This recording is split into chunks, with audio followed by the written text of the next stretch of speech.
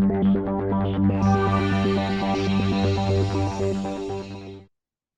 you hear me now? Yes, we can now. Yes. Okay. Perfect. Okay, yes. Thank you very much. Happy International Women's Day to everyone here. And I'm so honored to be here for so many reasons. Not only because the previous speaker and I are from the same country, St. Lucia, so St. Lucia representing. I have, however, lived in Canada for most of my life. But this has been really a passion pursuit for me, this research. I'll give a little bit about my background and why this is so important to me and how I ended up here. So it is only really in 2017 I decided I wanted to go back to finish a PhD that I started before I had a family.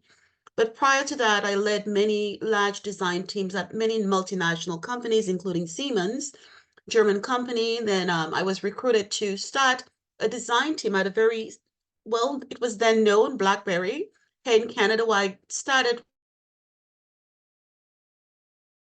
what was called a usability lab and grew a team from 6 interns to 27 full-time staff, mostly engineers and systems designers from the University of Waterloo. And for that's very, I hate to say that because that really has not been inclusive in terms of hiring from other universities. But following that, I was recruited to lead what was called a modernization effort at a company called Autodesk, where the idea was to take what we call legacy software and make it palatable or make it work in what we call the clouds. And there's so much to unpack here, but throughout that journey, one of the things that struck me is how I was somebody born in a third world country leading design in a first world country. And out of all of that, what was happening was this continuous materialization of everything that we know. So there was this frenzy that everybody needed a new phone every 2 years. And I really had to take a step back and ask myself, Lido, does this really fully reflect my values coming from a global South country and working in a global North, and not really taking into consideration that countries like myself, and be it Africa, and at the time it was China, we did not then have the technology to really to recycle these waste materials that was happening. So in about 2011, I wrote the first book, the first, and which is now the most highly cited book in the space of what we call sustainable user experience design. This book has gone on to become a text in many grad programs. But it wasn't until going through that experience and coming back that I thought I needed to focus on how do we provide more agency to the end user in that process. And to get to where I am right now, I want to give you one little scenario that we're not aware of if you're not working in tech. One of the things that I led was an initiative to create what we call a beta for the first experience of the 3D animation software Maya. And the way these companies think is that we think, okay, well, we need to try this out, but it is not ready for mass production yet. But let's beta test it in the BRIC countries. Let's beta test it in Brazil. Let's beta test it in India. And one of the things that was happening at the time was that companies would make decisions in a user interface where people have automatically opt into getting tracked, opt into providing the data, as opposed to saying explicitly, I want my data tracked. And the company's position on that is that, well, these are global South people, they don't care about their data. And so coming back in 2018, I really wanted to enter that space exploring the whole concept of digital identity and agency for an end user using technology software. Accordingly, I'm not quite a doctor yet, give me 2 more months or so, but I came back to the University of Waterloo where I had done my master's degree about 19, 20 years ago. And I came along with not just the desire to do this study, but also 15 years of experience to say, I saw this on the ground, I know this happens. So I now am part of the language department, but more in the tech side of things, where I focus on what we call computational rhetoric and digital identity. And you will see how that factors into what I'm talking about today, which is the inclusive futures for women as it intersects with technology, gender empowerment, and sustainability combined. So I want to situate the conversation a little bit before I explore what it is I want to talk about today. It's not to say we have not done a lot when it comes to situating the challenges that we face at these intersections of technology, gender equity, and sustainability. I have actually logged about 6 of these initiatives that are on the go right now. The World Bank Gender Strategy, which the hope is to accelerate gender equality for women by 2030. A lot of things, when we see these abstract concepts, we think they're just platitudes, but I want to acknowledge the things happening on the ground. Innovation and technology for gender equity. Again, the idea that we want to be able to empower scholars in building more inclusive digital worlds for girls and women.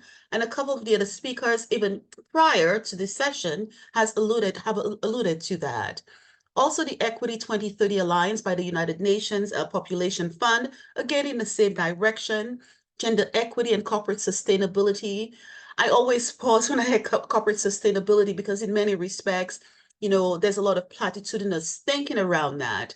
I want to just pause briefly to say that I am currently pursuing this degree, but I'm also a strategist at a very large multinational company here in Canada. So I'm privy to what's happening on the ground as well as the academic side of things. So I see both sides of the equation. And sometimes a lot of what I see gives me pause. The Economist Impact Energy Transition Summit, that was part of the London Sustainability Week just recently. We have the Climate Gender Equity Fund, and all of these, this is just really a subset of the initiatives that are all taking us in that direction of better of equity and sustainability that will help impact women's futures.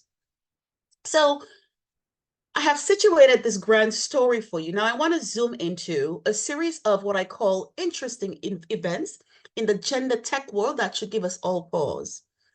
And this, by the way, is foundational to the research that I'm doing and also foundational to some of the thinking behind some of what I'm proposing so we can mobilize research to help counter some of what we're seeing happening in the world right now. So I think everyone on this call will aware that in the summer of 2022, the Democrats introduced a bill to protect women from period tracking app. And I will list these really for my research. I think I have about 15 of these, but let's just start with these. And really in the summer of anticipating that, of course, because in the summer of 2022, the US Supreme Court, in a 5-4 ruling, overturned Roe v. Wade, something that we never thought we would have seen in our life. 50 years of abortion as a constitutional right for women. No matter where you fall in terms of your position towards this, what we've seen there is a rolling back of rights that were once granted to women.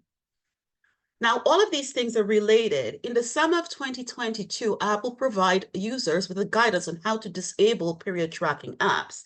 And there is a reason for that, because now that their companies actually focus on monitoring a woman up close, companies like Flow Period Trackers, and there are others as well, too, like I think there's another company called 28, which was founded by Peter Thiel, and I'll talk about that in a sec.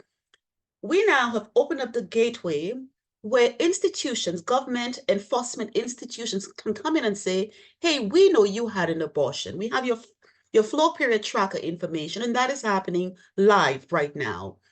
In August of 2022, a Nebraska mother and her teenager, they faced charges because a teenager in a private conversation with her mom mentioned that she was going to get an abortion. What did Facebook do? Facebook, now Meta, they handed this information over to the law to say, yes, they did. So what we have now is an invasion of women's private decisions and spaces that are informed by AI-powered systems that can lead to, negative consequences for women. In September of 2022, Peter Thiel, and if you don't know who this guy is, he's the founder of PayPal, but he's very much a big MAGA supporter, as well as very conservative in his thinking. And when you think about these people being at the helm of creating these types of software, it does give a serious pause. And so Evie Magazine is a magazine that he actually supports, which their main focus is dissuading women from taking birth control pills. And again, no matter where you fall in terms of your position on this topic, what we see here again is the infringement on women by these conservative, sometimes quite extreme entities that are helping guide where women go into the future.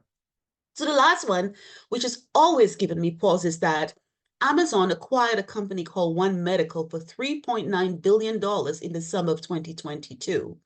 Now, you may say, well, these things are just happening in isolation. I disagree. What this all tells us is that there is something happening in terms of the underbelly of technology that we need to actually zone in on, because it does implicate the futures of women. Why does this matter? Because I'm a rhetoric student, a computational rhetoric student, at a rhetorical level, what we're seeing happening again is this coded jurisprudence. So things that are in law are being codified using technology. And by extension, we're also seeing that reinforcement of the patriarchy, while it's amplifying and deepening inequities for women. We're also seeing a maintenance of power structures, and we're also seeing that the data that is being mined from women is being used to target women. And from a rhetorical standpoint, that data is used persuasively for prosecutorial reasons. So from that perspective, as a student of rhetoric, these are all the things that I actually focus on to say, well, how do we actually take this up and look at this from meta level to say what is happening? And a lot of these conversations we've had at varying levels, the bias amplification, many of you perhaps know Safia Noble. I had the privilege of being a moderator at an event that she spoke at in 2022 here at the University of Waterloo. And she's actually looking into that space. When we think about it, the one example that comes into mind specifically, if you were to Google say a beautiful woman or just a woman, you will see really the, the query return that comes back eliminates a broad spectrum of women, mostly Black and brown women. Because of the complaints made by researchers like Safia Noble, they've included people like Lupita Nyong'o to say, hey, look, we've added Lupita. Now, does that make sense? No, it doesn't. So we have to, while this is really, I think, a rather a more superficial level, what we see as well too is that there are deeper biases that require unpacking, and they also require tools that help combat the biases that we see amplified in AI-powered systems. Accordingly, I'll go to point 2. We see access to opportunities being impacted. So I'll give the example of Amazon, who does all the hiring through AI. And if you've read the news in the last couple of years, what we know is that Amazon, the AI is actually designed so that it eliminates a whole bunch of people, including women, from people from typically female colleges. So that was a problem. They've since fixed that issue.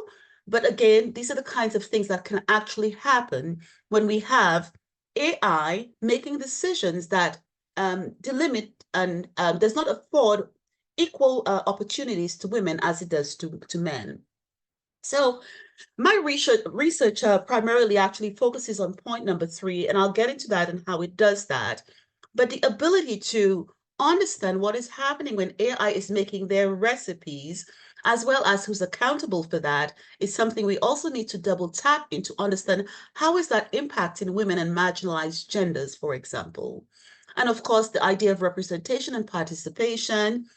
Previous speakers have actually talked about that. A lot of this has to do with the fact that a lot of the technology that we have right now is being created by men and men alone, and so that they're creating a world where men dominates dominates and also overshadows the existence of women in these digital spaces. And the example that I gave about the Nebraska teen and her mom, here we see the potential legal and ethical implications when we have algorithmic characterizations without consideration for gender equity, as well as gender specific requirements. So my position on that, and this is really the crux of my paper here, is that the connection between gender equity with economic empowerment has long since been recognized as that gauge of societal progress. And today, as technology permeates all aspects of our lives, we need to pay attention to the impact that technology is having, not just on women, but on the futures of women as AI is beginning to encode dated jurisprudence impacting the futures of women based on what was in a previous analog world. And so I focus on how inclusive technology and product design, and this is my space, I'm a designer by training, can serve both as a platform for innovation as well as a catalyst for gender equity, equity and economic inclusivity. And I do this by examining the intersectionality of these fields. And my output for this research is to provide guidance and to help mobilize developers and designers to take into consideration all of these aspects that I talked about in the previous slide as we continue to design systems for women. So the action that I have here is that there is a necessity for collaborative approach, not only with policymakers and regulators, but also technologists, ethicists, and communities to create a tech-enabled, equitable future that empowers all genders economically and socially. I want to take a pause here and say that we often don't think about the design of technology from the perspective of the material outcome for the people in our everyday. We often think about it is that, well, we have these programmer types doing something and they're so cool, but very little attention is paid to the actual impact on the ground of the people suffering. And I think Dr. Lee, the first speaker, alluded to, some of these things that are happening in my space. For example, what I'm seeing is the rapid automation of customer support systems. So a lot of these positions, for example, are held by women. And so what we're doing in that case is that we're taking away that economic element of their lives, right? When we actually decide that we're going to, when we're going to design technology that is basically usurping many of the roles that women have held. So I came up, and this is a less fancy term. The term that we use through the prism of rhetoric is ethnopoia, and it is the foundational figure that basically means characterization that was used to help drive the legal system. And so what I'm saying here is that we have arrived at a point where this figure called ethnopoia, aka characterization, is no longer a figure. It is now a method. So I define it as algorithmic ethnopoia / characterization is the mathematizing of human data for the purpose of digital representation and human characterization, as we've seen occurred in the case in the Nebraska example. And it is done through the processing and sorting and targeting with subsequent subjugation to algorithmic procedures and decision-making protocols. So all I'm saying here is that technology is now arrived at a posture where, given all the data that it has, it can mathematize and represent us as digital entities and then impose on us specific decisions based on who it thinks we are, and of course, who it's characterized based on that input of data. So accordingly, part of my research seeks to provide what I call abolitionist-like tools to help counter that. And these are just broad heuristic categories. So the 6 that I have actually published on, and which is really central to my dissertation and defense in a couple of months. And this is something that I'm also familiar with from practice. And these are an extension of Jacob Nielsen's heuristics that are somewhat dated now in that they do not really consider AI. So what I'm asking for is that we begin to unpack the heuristics and the guidance that we need around human factors and ergonomics.